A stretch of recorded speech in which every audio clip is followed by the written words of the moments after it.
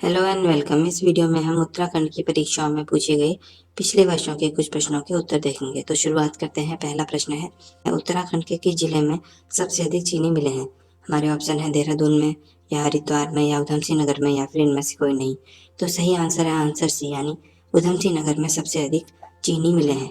उधम सिंह नगर, इसका नाम उधम सिंह के नाम पर रखा गया था, जिन्होंने जलियांवाला बाग हत्याकांड में जो उत्तरदायी थे जनरल डायर, इनकी हत्या की थी। और यह उधम सिंह नगर नैनीताल से कटकर अलग बना था। कब बना था? 1995 में।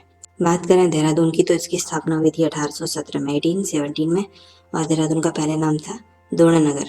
हरिद्वार को देखें तो इसका प्राचीन नाम था गंगाद्वार, या माया क्षेत्र, माया तीर्थ, या सप्त स्रोत, या कुब्जामृत। कई नामों से हरिद्वार जाना जाता है। इसके अतिरिक्त कपिल मुनि की नगरी भी थी, इसलिए इसे कपिला भी कहा जाता था। अगला प्रश्न है, टिहरी रियासत का भारतीय गणराज्य में विलय किस वर्ष हुआ था? 1945 में, 1947 में, 1949 में, या फिर 1951 में? तो सही आंसर है आंसर सी, यानी 1949 में टिहरी रियासत का भारतीय गणराज्य में विलय हो गया था। तो टिहरी रियासत की बात करें तो महाराजा सुदर्शन शाह ने अपनी राजधानी टिहरी नगर में स्थापित करी थी। उसके बाद उनके बाद आए थे प्रताप शाह, उसके बाद कीर्ति शाह, फिर नरेंद्र शाह। इन्होंने अपनी, जैसे प्रताप शाह थे तो उन्होंने प्रताप नगर बनाया, कीर्ति शाह ने कीर्ति नगर बनाया, नरेंद्र शाह ने नरेंद्र नगर बनाया। ऐसे ही इनके वंशजों ने 1815 से लेकर 1849 तक शासन किया। उसके बाद जब 1947 के आसपास टिहरी रियासत के निवासियों ने स्वतंत्र भारत में विलय होने के लिए आंदोलन किए, तो अंततः पवार वंश के शासक महाराजा मानवेंद्र शाह ने भारत सरकार की संप्रभुता स्वीकार कर ली, और इस प्रकार 1949 में टिहरी रियासत उत्तर प्रदेश में विलय हो गया। ठीक है। अगला प्रश्न है, कालागढ़ बांध का निर्माण कहाँ किया गया है? रामगंगा नदी पर, भागीरथी नदी पर, शारदा नदी पर, या यमुना नदी पर? तो सही आंसर है आंसर ए, यानी कालागढ़ बांध का निर्माण रामगंगा नदी पर किया गया है। और कालागढ़ बांध को ही रामगंगा बांध के नाम से भी जाना जाता है। और रामगंगा बांध जिम कॉर्बेट नेशनल पार्क के अंतर्गत आता है। इस बांध का निर्माण कार्य 1961 में शुरू हुआ था, और यह 1974 में बन गया था। इसके अतिरिक्त जो नदी है रामगंगा नदी, इसको स्कंद पुराण में रथवाहिनी के नाम से कहा गया है। ठीक है। और ये पौड़ी गढ़वाल के दूधातोली की पहाड़ियों से निकलती है। कहाँ से निकलती है? दूधातोली की पहाड़ियों से। इसके अतिरिक्त वाल्मीकि रामायण में, अयोध्या कांड में भी इसका कई जगह जिक्र है, जहाँ पर इसे उत्तरगा नदी कहा गया है। उत्तरगा नदी। ठीक है। और यह 600 किलोमीटर बहने के बाद कन्नौज के सवा जयपुर तहसील में गंगा से मिल जाती है। अगला प्रश्न देखते हैं, निम्न में से किस स्थान को कुमाऊं का बारदोली कहा गया है? नैनीताल को, रानीखेत को, सल्ट को, या फिर अल्मोड़ा को? तो सही आंसर है आंसर सी, यानी सल्ट को निम्न में से कुमाऊं का बारदोली कहा गया है, जो है 1929 में अल्मोड़ा जाने पर महात्मा गांधी द्वारा दिया गया था। ठीक है नाम, क्या? कुमाऊं का बारदोली। बात है 5 सितंबर 1942 की। कुमाऊं में स्वतंत्रता संग्राम सेनानियों की भीड़ पर उस समय के एसडीएम जॉनसन ने अंधाधुंध गोली चलवाई थी, जिसमें 4 लोग वो तो शहीद हो गए थे, बाकी कई लोग इसमें घायल भी हुए थे। ठीक है। इसके बाद महात्मा गांधी ने कुमाऊं को क्या कहा था? कुमाऊं का बारदोली कहा था। ठीक है। और 5 सितंबर का दिन शहीद स्मृति दिवस के रूप में भी मनाया जाता है। और जो शहीद हुए थे उनमें 2 सगे भाई भी थे, जिनका नाम था गंगाराम और खीमानंद। ठीक है। इसके अतिरिक्त 2 और व्यक्ति शहीद हुए थे, जिनके नाम थे चूड़ामणि और बहादुर। अगला प्रश्न है कि मिला सारा कर टिहरी रियासत में किस लिए लिया जाता था? सिंचित भूमि पर लिया जाता था, या चारागाहों पर लिया जाता था, या तलाकशुदा दंपतियों के पुनः संबंध स्थापित होने पर लिया जाता था, या फिर मौसमी फलों पर लिया जाता था? सही आंसर है आंसर सी, यानी मिला सारा कर तलाकशुदा संपत्ति जो थे उनके पुनः संबंध स्थापित होने पर लिया जाता था। इसके अतिरिक्त करों की बात करें तो एक भूमि कर था जो 7/8 भाग नगद लिया जाता था, इसे कहा जाता था रकम। ठीक है। और इसके अतिरिक्त जुर्माने भी उन्होंने बढ़ा दिए थे, और जो मुकदमे की सुनवाई होती थी उसमें कोर्ट की फीस के रूप में भी टिकट व्यवस्था आरंभ करी थी, ताकि राज्य की आमदनी हो। इसके अतिरिक्त उस समय कर वसूली के लिए चौकियों की स्थापना भी की गई थी, जिसमें बिक्री करते, आयात निर्यात के लिए करते, चुंगी इत्यादि उस समय ली जाती थी। अगला प्रश्न है, हर्षिल में सेब के बागान को किसने रोपित किया था? एच.जी. स्कॉट ने किया था, एडमंड हिलेरी ने किया था, जिम कॉर्बेट ने किया था, या फ्रेडरिक विल्सन ने किया था? सही आंसर है आंसर डी, यानी हर्षिल में सेब के बागानों को फ्रेडरिक विल्सन ने रोपित किया था। इसकी बात करें तो ये हर्षिल कहाँ पर है? हर्षिल है उत्तरकाशी जिले में, और एक उत्तरकाशी गंगोत्री मार्ग के मध्य में है। ऑप्शन में एक नाम दिया गया है एडमंड हिलेरी। तो एडमंड हिलेरी कौन थे? एडमंड हिलेरी वो थे जिन्होंने विश्व में पहली बार माउंट एवरेस्ट पर फतह हासिल किया था।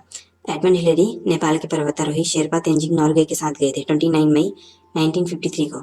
29 मई 1953 में इन्होंने माउंट एवरेस्ट पर विश्व में पहली बार फतह हासिल की थी। दूसरे ऑप्शन दे रखे हैं जिम कॉर्बेट। जिम कॉर्बेट कौन थे? जिम कॉर्बेट जो थे वो एक भारतीय लेखक, दार्शनिक बोला जा सकता है इन्हें। ठीक है। इनके नाम पर ही जो रामगंगा नेशनल पार्क था, इसका नाम बदल के क्या किया गया था? कॉर्बेट नेशनल पार्क कर दिया गया था, जिम कॉर्बेट नेशनल पार्क कर दिया गया था। ठीक है, और ये किस मूल के थे? ये आयरिश मूल के व्यक्ति थे। अगला प्रश्न देखते हैं। उत्तराखंड की निम्न में से कौन सी जनजाति महासू देवता की पूजा करती है? थारू जनजाति, जौनसारी जनजाति, बोक्सा जनजाति या रांची जनजाति? तो सही आंसर है आंसर बी, यानी जौनसारी जनजाति महासू देवता की पूजा करती है। महासू देवता भगवान शिव के लिए इस्तेमाल किया गया है, और इस महासू देवता का जो मंदिर है इसका निर्माण कराया गया था हूण राजवंश के पंडित मीरकुल हूण ने। ठीक है, और ये हनोल गांव में है। ठीक है, ये जौनसार बावर में स्थित है। और जौनसारी जनजाति के लोग की बात करें तो जौनसारी जो है अपने आप को पांडवों का वंशज मानते हैं। इन्हें कहा जाता है पाशी, पाशी। इसके अतिरिक्त जो बाबर के लोग हैं ये अपने आप को दुर्योधन का वंशज मानते हैं, जिन्हें कहा जाता है साठी। ठीक है, यहाँ पर हर साल जौनसार बाबर में हर साल वैशाख माह में बिस्सू पर्व आयोजित होता है। ठीक है, और यह 5 दिनों तक इस पर्व का आयोजन किया जाता है। अगला प्रश्न देखते हैं। यहाँ सुमेलित करना है हमें कौन सा ग्लेशियर किस जनपद में स्थित है? तो हम सीधे सही आंसर की तरफ बताते हैं। पिंडारी ग्लेशियर स्थित है बागेश्वर जिले में। इसी तरह मिलम हिमनद स्थित है पिथौरागढ़ जिले में। गंगोत्री ग्लेशियर स्थित है उत्तरकाशी जिले में, और कफनी ग्लेशियर स्थित है बागेश्वर जिले में। ठीक है, अगला प्रश्न है किस तिथि को गैरसैंण में पहली बार उत्तराखंड विधानसभा के सत्र का उद्घाटन हुआ था? 3 नवंबर 2012 को, या 14 जनवरी 2013 को, या 9 नवंबर 2013 को, या फिर 9 जून 2014 को? तो सही आंसर है आंसर डी, यानी 9 जून 2014 को गैरसैंण में पहली बार उत्तराखंड विधानसभा के सत्र का उद्घाटन हुआ था। गैरसैंण कहाँ स्थित है? तो गैरसैंण स्थित है चमोली जिले में, और यह उत्तराखंड राज्य के लगभग मध्य में स्थित है। ठीक है, और यह उत्तराखंड राज्य की ग्रीष्मकालीन राजधानी भी है। गैरसैंण का मतलब क्या हुआ? गैर मतलब हो गया गहरा, शैण मतलब हो गया मैदान, समतल मैदान। तो गहराई में कोई समतल मैदान होगा, जो गहरे में कोई समतल मैदान है उसे कहा जाएगा गैरसैंण। इसके अतिरिक्त इसके बारे में एक और बात है कि जो उत्तराखंड सरकार ने वीरेंद्र दीक्षित जस्टिस थे उनकी अध्यक्षता में एक दीक्षित आयोग का गठन किया था। इसका कार्य था कि उत्तराखंड के विभिन्न नगरों का अध्ययन करना है और उत्तराखंड की राजधानी के लिए सर्वश्रेष्ठ स्थल का चुनाव करना है। तो दीक्षित आयोग ने भी राजधानी के 5 स्थल चुने, किन किन जगहों पर राजधानी बनाई जा सकती है। उसमें 5 स्थलों में गैरसैंण का भी नाम था। 5 स्थल कौन कौन से थे? वो 5 स्थल थे देहरादून, काशीपुर, रामनगर, ऋषिकेश और गैरसैंण। ठीक है, अगला प्रश्न है कि उत्तराखंड की निम्न नदियों में से कौन सी हिमानी पोषित नहीं है? टॉन्स नदी, भिलंगना नदी, पश्चिमी रामगंगा नदी, या फिर गौरीगंगा नदी? तो सही आंसर है आंसर सी, यानी पश्चिमी रामगंगा नदी निम्न में से हिमानी पोषित नहीं है। अगला प्रश्न है उत्तराखंड में प्रसिद्ध बागनाथ मंदिर कहाँ स्थित है? गोपेश्वर में, बागेश्वर में, जागेश्वर में, या सोमेश्वर में? तो सही आंसर है आंसर बी, यानी प्रसिद्ध बागनाथ मंदिर बागेश्वर में स्थित है। और बागेश्वर जिला के नाम जो है इसी बागनाथ मंदिर की वजह से बागेश्वर पड़ा है। और यहाँ पर एक और चीज होता है, यहाँ पर सरयू, गोमती और सरस्वती नदियों का संगम होता है। सरस्वती नदी को अदृश्य माना गया है, तो हमें दिखता क्या क्या है? सरयू और गोमती नदी का संगम दिखता है।